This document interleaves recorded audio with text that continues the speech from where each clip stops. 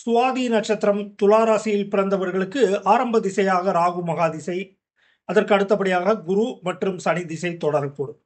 இதில் சுவாதி நட்சத்திரத்தில் பிறந்த ஆண் பெண் இருவருக்கும் ராகு திசை முடிந்து குரு திசையில் சிலருக்கு திருமண வயதான பெண்ணிற்கு 19 ஆணிற்கு 21 திருமண வயதை எட்டக்கூடும்.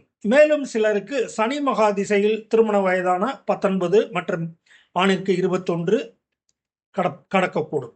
இதில் குரு திசை நடக்கும் பட்சத்தில் அதில் குரு மகாதிசையில் குரு புத்தியும், குரு மகாதிசையில் புதன் புத்தியும், குரு மகாதிசையில் சுக்கிர புத்தியும், குரு மகாதிசையில் சந்திர புத்தியும் திருமணத்திற்கு ஏற்ற உகந்த காலமாக இருக்கும். அதனையும் கடந்து சனி திசையில் நடப்பில் இருப்பவர்களுக்கு சனி திசையில் புதன் புத்தியும், சனி திசையில் சுக்கிர புத்தியும் மற்றும் சனி திசையில் குரு புத்தியும் திருமண யோக காலத்திற்கான திசா புத்தியாக இருக்கக்கூடும்.